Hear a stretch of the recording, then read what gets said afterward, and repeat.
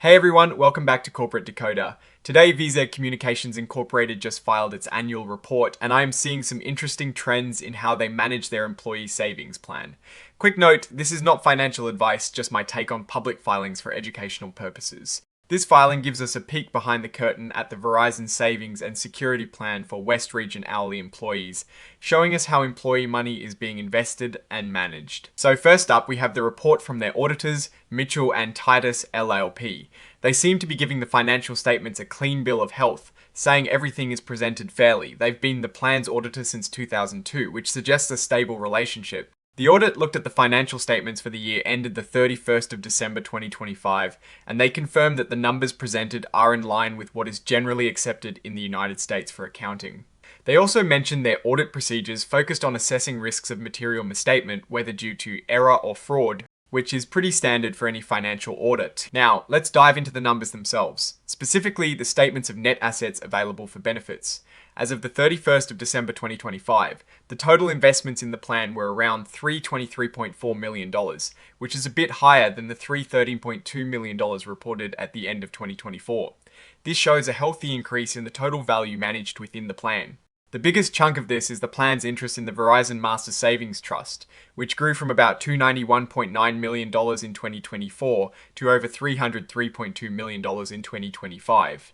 This trust holds the actual investments for the various employee plans.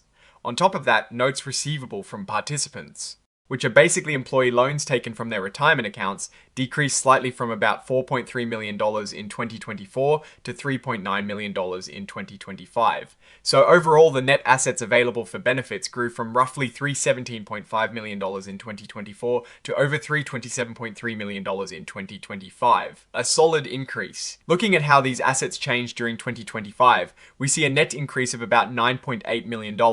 The biggest contributor to this was the investment income, which saw a net increase of over $36 million in the plan's interest in the Verizon Master Savings Trust.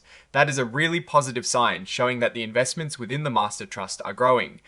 The plan paid out over $33 million in benefits to participants and had about $500,000 in administrative expenses. Employee contributions were a bit over $5 million, and employer contributions added another $1.7 million, totaling about $7 million in new contributions.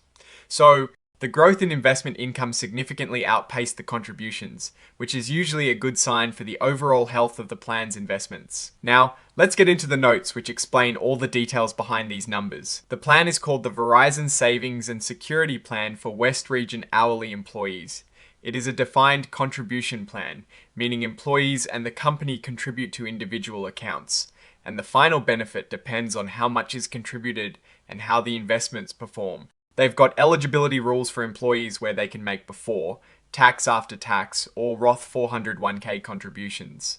The plan also offers employer matching contributions and for some employees in specific bargaining groups who do not earn pension benefits. Profit sharing contributions. Vesting schedules are in place for employer contributions, generally requiring 3 years of service for full vesting, or earlier upon events like death, disability, or retirement. A key detail here is how forfeited balances from terminated employees who are not fully vested are handled. These forfeited amounts are used to reduce future employer matching and profit sharing contributions. For 2025, these forfeitures helped reduce employer costs by about $50.2 million. The total amount of these forfeited balances waiting to be reallocated was about $24.2 million at the end of 2025, up from $8.5 million the year before. This increase in forfeitures could indicate more employees leaving the company or not meeting vesting requirements. The plan has some interesting features regarding contributions. Participants can contribute up to 25% of their eligible pay. The employer matches a percentage of the first 6% that a participant contributes. There is also an auto-enrollment feature for certain newly eligible employees, where they are automatically enrolled at a 6% contribution rate unless they opt out or choose a different rate. These auto-enrolled employees' contributions go into a target date fund designed for them to retire around age 65, which is a common qualified default investment alternative. Profit sharing contributions are mentioned, but interestingly, there were no profit sharing contributions made for 2025. This is a notable point as it means the company did not share additional profits with employees through this specific mechanism in 2025, unlike potentially in prior years. The plan allows participants to take loans, generally up to $50,000 or 50% of their vested balance.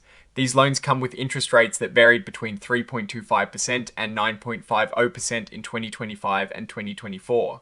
While these loans offer liquidity to employees, they do represent funds that are not actively invested for long-term growth. The financial statements are prepared on an accrual basis, meaning income is recognized when earned and expenses when incurred. For investments, the plan's interest in the master trust is valued at fair value, except for certain investment contracts called fully benefit responsive investment contracts, or FBRs, which are reported at contract value. Fair value is essentially what an asset could be sold for in an orderly market transaction. The reporting of unrealized gains and losses, meaning the changes in value of investments that haven't been sold yet, is also standard. Here is where we see the breakdown of the master trust assets. In 2025, the total net assets in the master trust were over $40.3 billion. The plan's portion of this was over $303.2 million. Looking at the investment categories, the largest by far is common stock, with the entire master trust holding over $6.1 billion in common stocks and another $3.7 billion in Verizon common stocks. Specifically, the plan's interest in these common stocks made up a significant portion of its share. Collective trusts, which are pooled investment vehicles, are also a huge component with over $22 billion in the master trust. The plan's share in these collective trusts was about $174.2 million in 2025. Total investments in the master trust at fair value were over $40.9 billion in 2025, with the plan holding $323.4 million of that. This section details how investments are valued using a hierarchy of level 1, level 2, and level 3 inputs. Level 1 is based on unadjusted quoted prices in active markets, like stocks traded on major exchanges. Level 2 uses other observable inputs, and Level 3 relies on unobservable inputs. For the master trust as of the 31st of December 2025, a significant portion of investments falls into Level 1, including Verizon common stock at its full value of $3.78 billion. US equity and international equity investments also have substantial Level 1 components. In Level 2, we see fixed income assets like US bonds and treasuries measured at over $1.2 billion and $3 billion respectively. Notably, there were no Level 3 investments reported for the master trust at the end of 2025, meaning all reported fair values were based on observable market data. The total investments measured at fair value for the master trust were over $41 billion. It is important to note that some investments, particularly commingled funds, are measured at net asset value or NAV.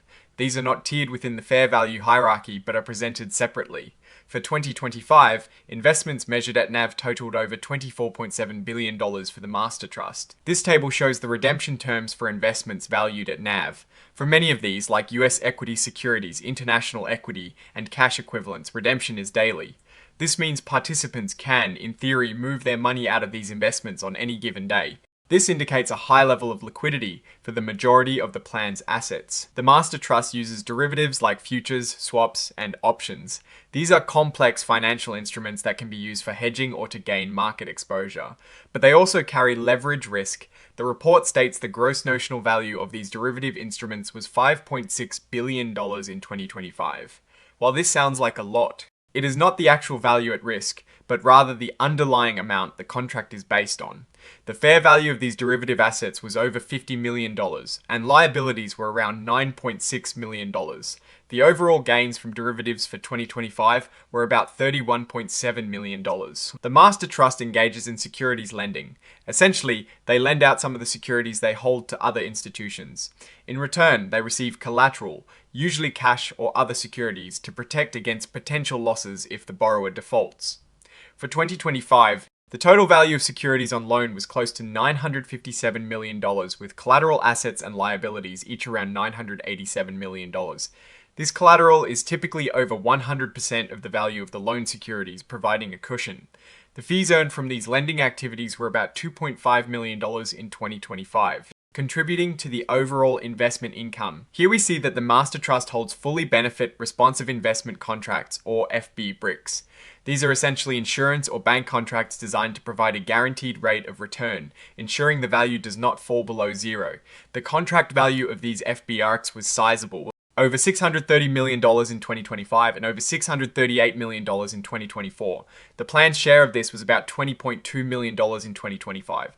These contracts are important because they offer a level of stability to the plan's assets. However, there are certain events that could cause the plan to transact at an amount different from the contract value. such as plan termination or bankruptcy of the plan sponsor. The plan administrator does not believe these events are probable. This section discloses transactions involving parties related to Verizon.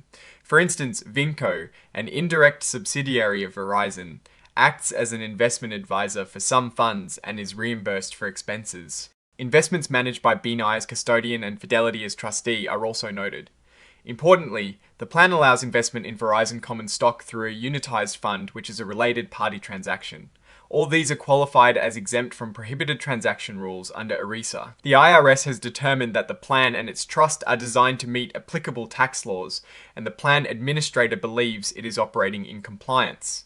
This means the trust is tax exempt, and participants' contributions grow tax deferred. They also stated there are no uncertain tax positions expected. This is a standard disclosure highlighting that the plan invests in various securities like stocks and bonds, which are exposed to risks like interest rate changes, market fluctuations, and credit risk. It is a reminder that investment values can go down, and this could materially affect participants' account balances. This is a pretty generic but important disclosure for any investment plan. A key event mentioned is Verizon's acquisition of Frontier Communications Parent Incorporated on the 20th of January 2026. This means some Frontier employees might become eligible for the plan in the future, which could lead to an increase in plan assets and participants down the line. This last table reconciles the numbers from the financial statements to what is reported on the Form 5500, which is a separate regulatory filing. For 2025, net assets available for benefits per the financial statements were over $327.3 million, while the Form 5500 reported about $326.1 million. The difference is mainly due to how participant loans in default are treated. Finally, we have the schedule of assets. The most significant entry here is the notes receivable from participants, totaling nearly $4 million. This is essentially outstanding employee loans. The investment description confirms the interest rates and loan terms. Notably, it marks these as party in interest. Cost information is not required here because the investments are participant directed. So looking at this filing for the Verizon Savings and Security Plan, what stands out is the overall healthy growth in net assets, largely driven by strong performance in the master trust. The plan offers a good range of investment options, including auto, enrollment, and a safety net through FBRICs and securities lending. However, the increase in forfeited balances might suggest some employee turnover challenges or difficulties in meeting vesting requirements for some participants. The fact that there were no profit-sharing contributions in 2025 is also a point to watch for future announcements from Verizon. My biggest concern is how the increasing complexity of derivative usage might impact the plan if not managed carefully, although the current report indicates positive gains. What I'm actually looking for is to see if these growth trends continue and if the company reinstates profit-sharing contributions in future years. Oh, and the research tools I actually use are linked in the description. They help keep this channel going. That is my take. Stay decoded. If this analysis was valuable, hitting that like button really helps, and subscribe for more deep dives. Check out the Discord in the description too.